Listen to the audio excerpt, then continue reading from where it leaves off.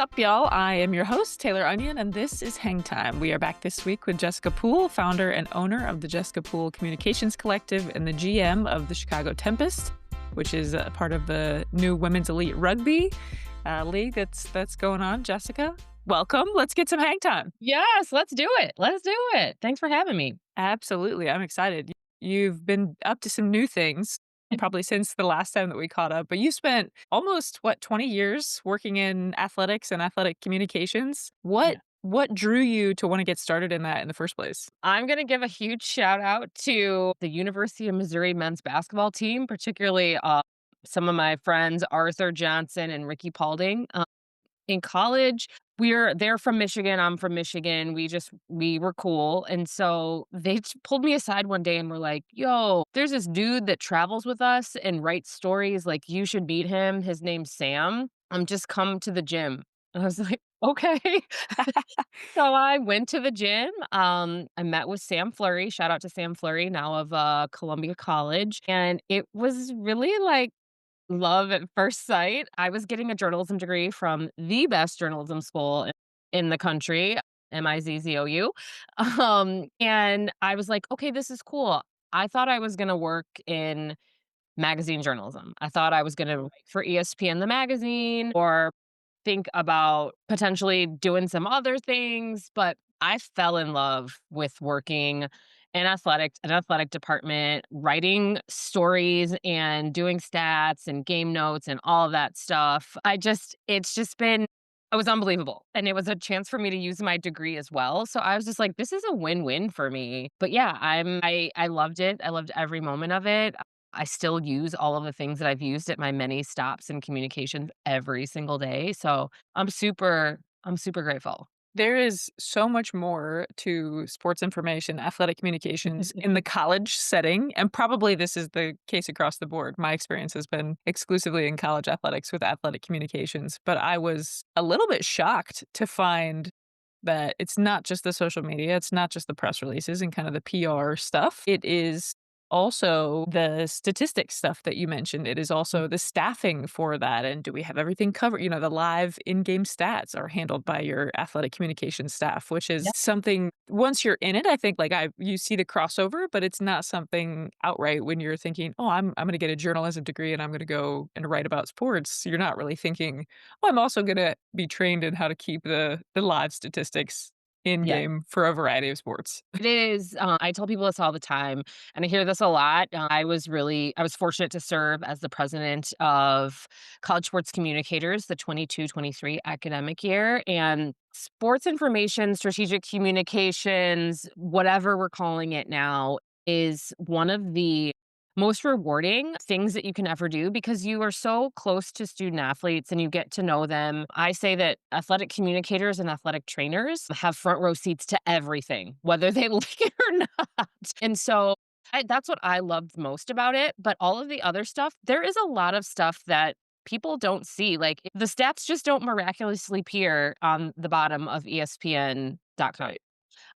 They don't miraculously appear on NCAA.com. And so if you're somebody working in athletic communications, I see you. I know the struggles. And like if you're someone that doesn't, like give your SID or your comms person a $5 cup of coffee because they need it. They're doing a lot of work. They're doing a lot of work that is behind the scenes. And we love it, right? Like if you're in comms, you love it because it brings you joy, it brings you relationship, it brings you all of these wonderful things, but there's a lot of things that the real world never sees. The $5 cup of coffee is the minimum. I think Yes. most people who are working in athletics are some sort of, jack or Jane of all trades. Yes. Sports information, I've learned in the last 2 years is maybe, like, you have to know a little bit about broadcasting, you have to know a little bit about social media, you have to know a little bit about writing and website coding and back-end updating, and you have to know the statistics for all the sports you cover and how does it work and all these things. So it is, again, the $5 cup of coffee is the minimum that you could do to show your gratitude. So, Yes. you mentioned you were at Mizzou, that was kind of the first entree, meeting Sam in the gym. Walk us through professional path, since Yeah. then and all the work you've Sure. done. My gosh. It's a long winding road. Most people that work in college athletics know that, like, you gotta move around a bit, and I have maybe epitomized that. So, started working I think it was I can't really remember if it was the 2nd semester of my freshman year or my sophomore year as a student assistant at Mizzou in the athletic communications area, and, like I said, I loved it. By the time I was a senior, I was in charge of all of women's tennis. I was their person. I was handling everything for them. And then I also had this is so funny for me to say out loud because as someone who has, like, been an administrator, I'm not sure that I would have done this as an administrator, but, um, I was the University of Missouri hosted, NCAA wrestling for, like, 3 or 4 consecutive years, and our wrestling contact was also our softball contact. And postseason for wrestling falls right at the start of softball season. So, I was really fortunate. I was able to travel with our softball team, like, as their on-site SID for 2 years, and Mm, I did that as a student. I had no idea what I was getting into, but I was setting myself up for what my future life was gonna be like. So, sure. it was awesome. I learned so much. I was able to really bond. Many of the girls on that team I'm still friends with. But yeah, like, I was able to learn what it's like to be an everyday SID, and then I did an internship at the University of Denver for a year.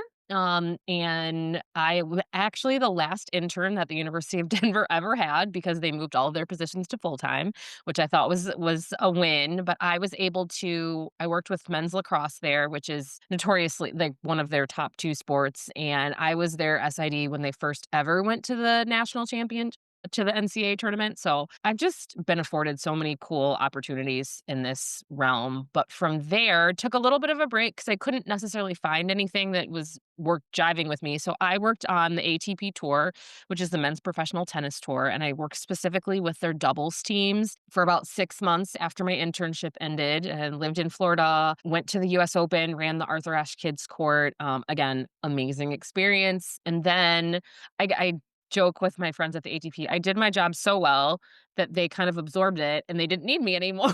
So I got back into college and the timing was fitting. I was really missing those relationships. Got back into college at UNC Greensboro, and from there kind of started really honing in on working with women's basketball. All of my years as an SID, I worked with women's basketball. So I went from UNCG to the University of Michigan, which is my hometown school in my backyard, probably my first sports love. And then I went to Dartmouth College. From Dartmouth, I went to Ole Miss. From Ole Miss, I went to Vanderbilt. And then I kind of moved out of the everyday comms work and was overseeing external, moved to Florida Atlantic University, so oversaw ticketing, marketing, comms, corporate sponsorship, and then from there had an opportunity love Florida. My heart was is kind of in the Midwest, I've realized, and so, had an opportunity to go work at Chicago State University with my dear friend, Elliot Charles, who was the AD there at the time, and he brought me in an administrative role, and we really worked tirelessly to build, Chicago State into what it is now, and then, Elliot left me, and he left, and I was the interim AD there for 5 months, 4 months, and then Dr. Monique Carroll came on. She wonderful. We worked really well together, but I had a really cool opportunity to come be the first ever chief operating officer, team president for Minnesota Aurora, which is, I'm biased, arguably the best USLW women's soccer program.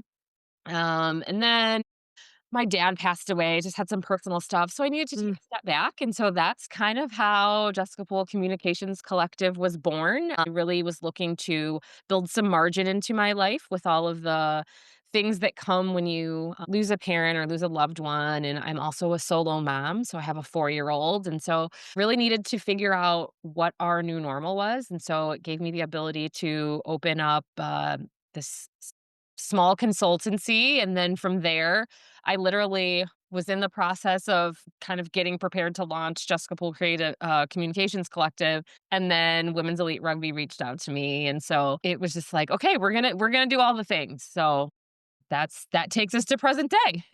yeah, that's great. There's so many more schools in there and stops in there than I even was aware of with you. I think we first crossed paths maybe when you were either at FAU or Chicago State, I think Yes, one of the 2. I think you're right. Yeah.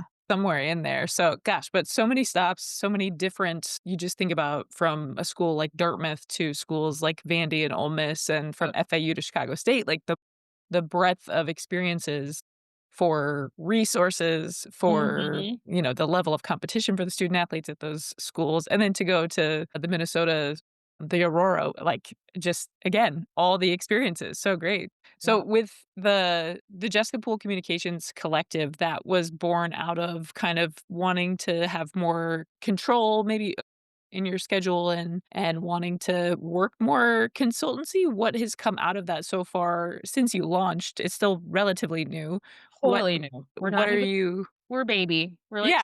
not even 6 months old. And so, for me, what I really wanted was to be able to utilize my skill sets that I have to help not only just sports teams, right? So, I am a part of my community here in Minnesota is has tons of small business owner, women business owners, and so everyone needs communications whether they know it or not. I think it's interesting we always say everyone needs marketing. Yes, everyone needs marketing, but, like, how do you communicate that marketing? You need a communicator. So, really wanted to be able to help my friends and be able to build some margin into my schedule. Like, college athletics in general is a grind. It is not if you're looking for a 9 to 5, don't get into college athletics, or athletics in general. It is nights, weekends, holidays, all of those things, and I loved that as a single person and no mom responsibilities, but as you age and, like, your life circumstances change, like, for me, it was really about making sure that I could be the best employee and parent. And so, in this season of life, I just needed more margin, and so I was like, "Okay, if I've been thinking about this, doing this eventually, why not take this leap now?" And it was perfect. I also think it's really unique. I've actually been doing a bit of NIL work because I think my background is a little bit unique. I understand very keenly how to speak to student athletes. I know their language, but I also was an administrator, and so understand all of the nuances and challenges that come with that. And so it's nice to be able to service a larger group of people. And so that's really what it was born out of is trying to utilize my skill sets, help people because at the center of it, I am a servant leader. I really want to help people. I really want to put people in the best position to be successful, whether that's an athletic department, whether that's a team, whether that's an individual. Like that's my goal. And I really want to make sure that we give voice to all of those things. And so what better time to be helping people to shape narrative and understand what their voice is, find their voice in this what is really crowded market right now. And Mhm. so it's been really rewarding to be able to work in that way. What has been maybe the most fun aspect so far of the collective? And then on the flip side of that, what are some of the challenges that you're facing with the collective right now? Totally. The funnest thing that I think it has happened with the collective is just the amount of relationships I've been able to cultivate. Again, I'm a relational person. I love meeting people. I love talking to people. And so for me, it's just been meeting new people. It's Mm. forced me to like do some different type of networking than I ever have before. So that's been super fun and exciting and life-giving. Like I'm in circles with new people whereas in college athletics, everyone thinks it's so small. We all know each other. Yep. We have seen each other, like, and I love my college athletics peeps, but it's so great to get to meet new people and new industry and also see what are they doing that college athletics isn't doing and could be doing? Like, it's just an opportunity to continue learning in a new and unique way, which I love. I think the hardest thing is just owning a business. So at the heart of it, I am a behind the scenes person. When you own your own business, you are your business. You are the Yep. face of your business. And so I have had to get comfortable posting a little bit more than I want. I've had to get comfortable on camera a little bit more than I want. And it's so funny because I'm usually the one telling student athletes and coaches and helping them to relax and all of these things. And so now I'm using all of the lessons that I gave them on myself And you know how they say that, doctors aren't the best patients? I think the same thing is true, for communicators. When I'm communicating about somebody else, I'm gung ho and ready to go. But when I have to do it about myself and my own business, it's a little uncomfortable and a little foreign. That's maybe been the biggest challenge for me. Yeah, I think that the level of self-advocacy that comes with being an entrepreneur and owning your own business is probably it's like one of the most exciting things, right? As you start to Yes. launch something, but it's also like, oh, this it's Yes. me. Like Yeah. I gotta do this. So Right, exactly, exactly. Like, if the money doesn't come in, it's on me. If we right. don't land the client, it's on me. So, yeah, it's wild, but in all the best ways. Yeah, yeah, high stakes, but I feel like a lot of fun. Yes. So and you mentioned right around the same time that you launched your collective was about the same time that the Chicago Tempest reached out. So tell for the average listener, I'm in the sports world, so I'm relatively familiar with the Women's Elite Rugby League, which is Yeah. kind of a new thing happening. The Chicago Tempest, obviously the team based out of Chicago, but maybe let's do a little bit of background on what that league is and how it came to be, and then how did you like, what was the connection that got you working with the Tempest? Yeah, so, this is a funny story. So, I'll first share a little bit about the league. So, the league is what we just completed our first season of play. We have 6 teams across 6 markets. There's a team in New York, a team in Boston, there's a team in Chicago, there's a team in Denver, there's a team in Minnesota, and there's a team in the Bay Area. So, those are the 6 markets that we're in right now, and really, it's the first women's professional rugby league in North America, and it was born out of an amateur league, that was around before, and really, we want to again, as we look at the growth and momentum of, A, the sport of rugby globally, but also just, like, women's sport, this is just a phenomenal opportunity to bring what most people would say an emerging or niche sport into the mainstream. So our league office has been brewing for a couple years with a board of directors. There's some fabulous folks on our board of directors who have really spearheaded this league. Last year, a league did our Legacy Cup, which is our championship. Our league put that on and then launched the league officially in January of 2025. And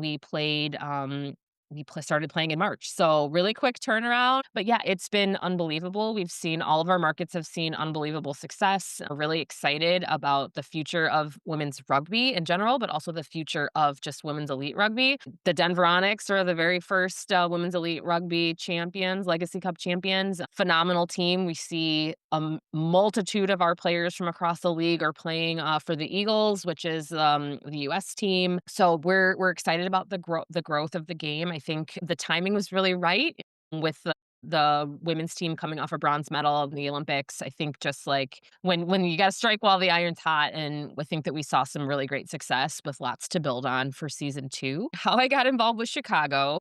So originally I had kind of reached out. There is a team here in Minnesota where I am based, and I was like, well, I'm here, like let me just reach out and see if I can provide help. Really wasn't looking for anything like full-time-ish, but just was like, "Hey, like, how can I be of service?" And then connected with Jessica Hammond Graff, who is the president of Women's Elite Rugby, and lo and behold, we have very similar backgrounds. Her background is in college athletics, and so we were, talking and getting to know each other, and she's like, "Well, I've already kind of filled this role in Minnesota, but I do have a role in Chicago. You've spent some time in Chicago." And I was like, "Let's do it. Like, let's make it sing." And so, I was able to kinda go back and forth between Minnesota and Chicago this season, and it was an awesome experience. We have a wonderful team, we have wonderful players, we have wonderful fans, and so it was kind of just, like, right place, right time, honestly, which I guess is pretty it's kind of how it happens in sports. You gotta know people, you gotta have a connection point, and so it's been really fun, and I'm excited to see what we can do in season 2. I the coming off of the Olympics, Mhm. you would have to, I think, have been under a rock to not know the name Alona Mar, Oh right? my gosh. And her kind of, From a social standpoint and otherwise, I think kind of leading the team there as far as recognition. She just did Dancing with the Stars.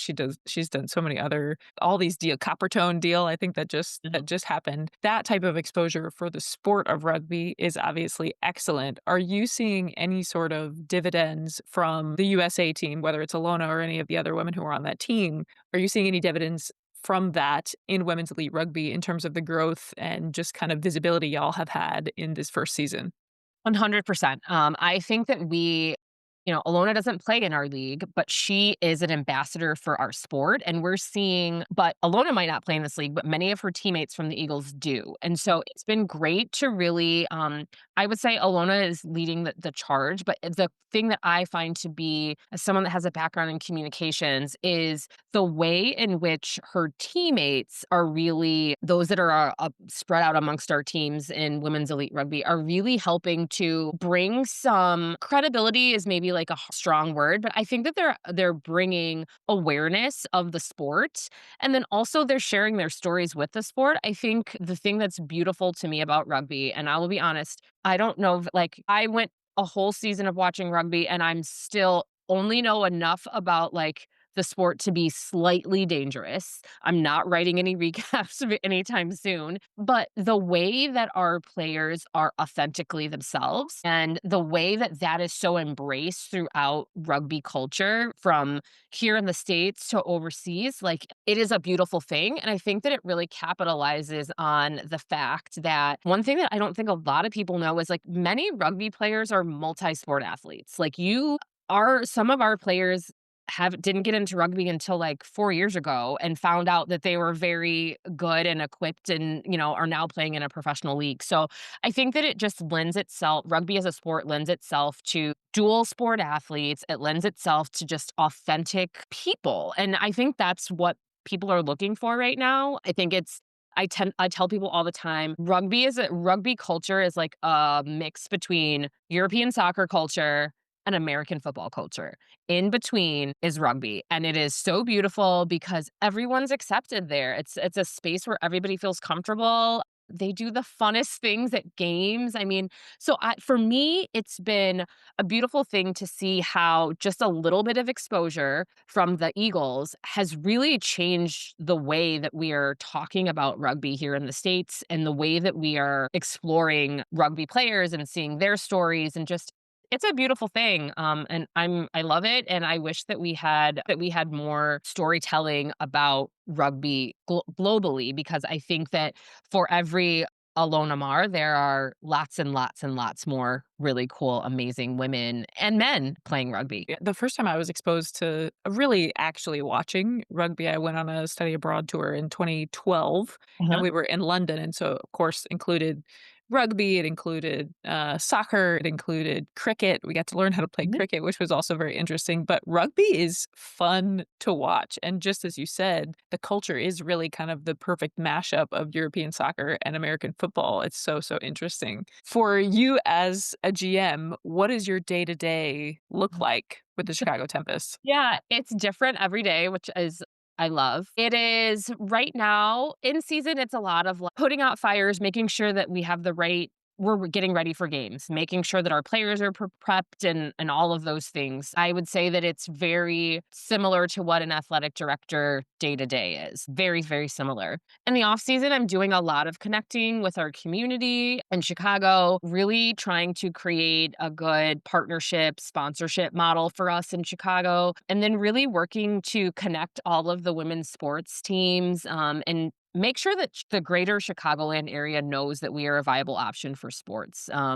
In Chicago. So that's what I'm doing pretty much on a day-to-day basis. And it looks different every day. Sometimes it's a lot of meetings, sometimes it's a lot of like putting stuff on paper and being like, front office, like, what do you think about this? Like, so I think that's what I love about it is that it does look a little bit different every single day. And we're just gearing up for season 2 and really excited about all the opportunities ahead of us. I have to imagine that much like launching your own business, being the GM for a league that has just completed its first season probably has equal parts of like exciting potential opportunities. You're kind of right at the beginning of building something, building a brand and building a league.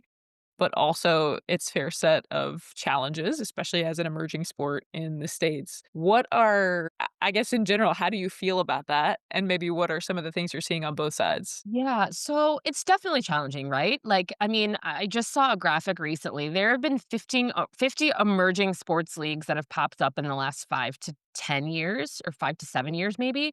So like there's a saturated market, right? And so we're all competing for very similar spaces in the media rights and in the fandom rights. We're competing in the I think for me that's exciting, right? How can we make rugby, women's rugby stand out, but also how can we link arms with all of these other emerging sports, right? So it's a mix of like, how do we set ourselves apart, but also how do we create community with all of these other leagues? And so I think that is something that I have enjoyed the challenge of because and then you also add in Chicago is like there if you're competing for discretionary dollars in Chicago, there are more than enough things that you're competing with, right? It just the city, whether it's cultural, whether it's other sports, whether it's, there's just concerts, festivals, like all of these things are your competitors as well. And so I think that I it's a challenge to stand out in that market, but it's an opportunity. And so for me, I really enjoy that the puzzle piecing of it all and the strategy behind all of that. That's something that I really enjoy. I think for me, I don't necessarily think I- it's a it's a negative, right? Like anytime you build something new, it's going to be hard. Like you have to accept the fact people it's going to be hard. That's why what most restaurants fail in the first because it gets hard and you have to stand out, but you also have to be niche and like that's, does money come from standing out or does money come from being niche? Like it just depends. And so I think that for me, it's been a great parallel path because a lot of the things that I'm trying with Jessica Poole Communications Collective are also things that we can try on a global scale with Women's Elite Rugby, with the Chicago Tempest. So it's been a fun parallel path. I will not lie that there have been days where I've just been like, I just want to cry. Nothing's working, nothing's happening. But like, that's the beauty of it. We get to try again. And I think that no one is expecting us on both sides. I'm not expecting myself to be bringing in millions of dollars in revenue for Jessica Poole Communications Collective in 6 months, right? Women's Elite Rugby is not anticipating, we know who we are and where we are, and we want to own that. But I think that like it's great to have aspirations. It's great to plan to be look at things 10 years from now and 5 years from now. But I think in the moment, like, yeah, like there are days that we have awesome, awesome wins. And then there are days where it's like the win is we got up and we tried today. Like that's just life. And so I've really enjoyed the parallel pathing of it. Like I said, I'm excited for all of the things that are to come because I do think that with the Rugby World Cups, both men and women coming here in 2031 and 33, momentum for rugby will only increase. And so it will only give us more opportunity. I think you mentioned this year you started competing in March. When does the season run for Yeah, Women's Elite Rugby? so we are looking into league wide to kind of moving our schedule back so that we can capitalize on on the summer months. So Mm. we're looking at a April to end of August, early September kind of season, which I think is actually amazing because it gives you the opportunity to capitalize on people trying to do things and find things to do with their families in the summer months. It also gives you the opportunity to really link arms in partnership with many of these summer sports. You've got the W, you've got some cases, you've got women's professional football going on at the same time. So, like, there's a lot of synergy across multiple female sports that we can really link arms with. So, not confirmed, but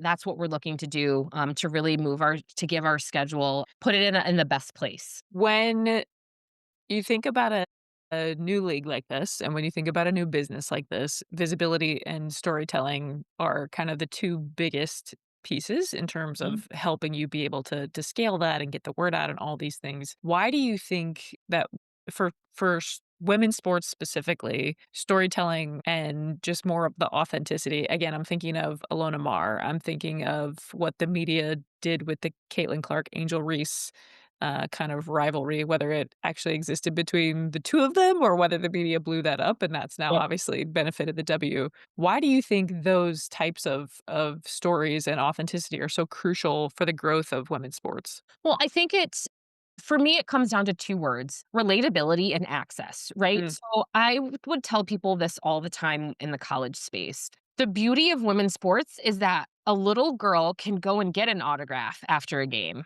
of a women's basketball team. It doesn't happen on the men's side like that. And so I think for me, and I'm proof of that. I mean, I grew up going to Michigan women's basketball games, and I still have posters signed from all of the players that played there when I was growing up, because that's what they did after games. That's what they wanted to do after games. And so I think access is really important. And then relatability. Um, I'll use Alona Mar. Alona Mar, her authenticity, like when she gave her SB speech and she had it written out and she's like, going through and she's just somebody that you can see yourself in. And I think that's really important. We know that young girls drop out of sports at a 2 to 1 rate around middle school, and that we know that data. And I think it's really important to see yourself in someone, to give yourself a role model. And I think for whatever reason, that's just what women's sports do. I think that they're always accessible, and I think you see it in even like the top coaches, right? I have the pleasure of working the women's Final Four on the media coordination committee every year, and we have a joke like, "Oh boy, Coach Staley's going to be here, and we're going to need to get it or something, but she's going to stop and sign autographs." Like that's just her, and her team takes on that persona, and um, that you will never know how much that small interaction will change the trajectory of some little girl's life and her fandom with sport and her seeing herself in sport. So I think for me, being authentic is super important on the women's side because it gives credence to like, I can do this. My son goes to this class, it's called Kid Strong, and before every class it's like, I am brave, I am strong, and I can do this. And every time a young girl sees her hero doing something that she wants to do, I feel like it's that mantra in their head every time. And when their heroes acknowledge them, whether it's with an autograph or slapping their hand or something like that, it's just you're just building into them all of the positivity and the positive things. And I think that that's so important. It's just incredibly important. And as a mom of a young boy who, for the longest time, sorry, Timberwolves, my son did not know that the Timberwolves were an NBA basketball team. He said the basketball team in Minnesota is the Lynx. I was like, either this is my greatest parenting moment or like I've done this child a disservice. So it's important. It's important that accessibility and just being able to see yourself, representation is incredibly important. And I think women's sports and across the ecosphere, right? From youth sports all the way up to the highest level of sports are showcasing that, and they're making time for young people to see them in that way. And so that's not, to me, that's the greatest form of authenticity that we can have. I think you see that too. On the women's side in college basketball, you see the relationships that Paige Beckers and UConn had with Mhm. Gino, see Dawn's daycare and the Mhm. relationships that, Dawn is building with her players that last. Like Asia Wilson is Oh, yeah. still Yes. showing up, for Dawn and vice versa. And they're chirping at each like Dawn was just chirping at Asia during the All-Star game and trying Yes. to, those clips are so great. But I think that on the men's side, you don't see as often for whatever No. reason. I can think of off the top of my head maybe one clip, a Roy Williams clip of him like coming into the locker room, with the Yes, the dance shoulders and thing. Yes. yeah, and Yes. that's really the only thing I can think of where I think on the women's side you just see that so much more for whatever reason. What are some of the strategies like we're talking about relatability, we're talking about accessibility. What strategies do you employ to have your audience feel those things? Yeah, so for me, it's about getting with making sure that, like, whether it's the team or an individual, like, who are you outside of your sport? Like, that is for me, bar none. I do a lot of work with young athletes and college athletes about let's figure out who you are. Like, if you got injured tomorrow, and could not play your sport, who would you be? What would you do? How would you fill your time? What are things outside of sport that make you happy? Like actually doing that work, because I think then that gives you a pathway to explore what some of those other identities that you have are. I think that we often get so laser focused on being the best athlete that we can, and we should, like, that's important, but also you have to be holistic and well-rounded because that's really important too, so that you don't lose your identity when your sport ends, because inevitably the ball stops bouncing and we have to figure out who we are. And so I do a lot of work there before we even get to, like, anything else. Like, who are you? So, like, if you love cooking and there is no cooking on your Instagram feed, why is that? Like, let's explore why you aren't sharing some of those things. And so, like, we do that. And then we get to a point where people are comfortable sharing other sides of themselves. And really, that's kind of how I do it. Like, I want people to understand their relationship with themselves and the things that make them happy. And then outside of sport, and then really work to like showcase some of those things. And so that is how I do it. My process is really intentional, but really rooted in like, if you're going to be authentic, can't say like, it has to be something that's from your heart. So, like, you can't tell me that you like to love to read and you want to create a kid's book, but there is no mention of reading or kids' books anywhere in your digital footprint. So, Mhm. like, so it's just about getting them to feel comfortable showing the other side of themselves or a different side of themselves. And then it's like, and then it becomes really fun for them. That's how I've seen it. A young woman that I kind of am mentoring at St. Thomas, she's so laser focused on, I only have 2 more years of college and like, then what am I going to do? And, and I was like, breathe. I said, 1 day a week. I want you to find an hour of time, 1 day a week to do something that brings you joy. And a couple weeks ago, she texted me, guess what I did? I just spent some time cooking and it was so fun and relaxing and all of this. Like, she's like, it was just really fun. I didn't feel any pressure and it was just great and I could try things. And I was like, aha, is like, let's explore this some more. Like, she's like, and I read this cool cookbook and I was like, aha. So like just getting young people to really figure out like what makes them tick. Like I love that. And I think that once you get to those things, it becomes really easy to put in your digital footprint because it's things that bring you joy. It's not work. Right? Like, Right. you want it to be something that is a part of you so in such a way that it doesn't, the whole thing, if you find something that you enjoy, you don't work a day in your life. Very similar to that, right? So, like, what's your other thing that makes sports is feels the same way like sports makes you feel? So that's kind of how I do it. Yeah, again, we've talked about Ilona Maher so much, but I think what a great example of that. We've heard her talk on podcasts and different interviews where Yeah. she's like, I enjoy playing rugby, but I'm making my money obviously doing these other things. If I didn't have to Mhm. do that, then I probably Yeah. wouldn't do that. But I think her and her sisters, that the House of Mar they built. One of the sisters is, founder and CEO of Girl Dinner, and they've been such big proponents of just post it. Like, we've spent so much time trying Yeah. to look perfect and be perfect and say the exact right thing in the exact right way, like, just post it, and that turns out to be some of the most relatable stuff for their Yeah. audience, so Yes, it doesn't have to be super, super scripted. Like people wanna see you being you. yeah, I mean, honestly, I tell people all the time, like, it's yes, for a book launch or something, like, there's a time and a place for sure. really polished, refined content. But the things that people wanna see are you being you with your hair down, with, like, not a care in the world. Yep, And that because that is what people want to feel. People are looking to glean from you what they want in their life. absolutely. So, I think that that's how I always explain it is, like, create it for yourself, but also, like, how do you want me people to feel after looking at your content? Absolutely. Okay, shifting into kind of our final phase here. Do Okay. you have any final advice for women who are looking to grow their own voice or their own platform in sports in general? I'm gonna leave it at that. Yeah.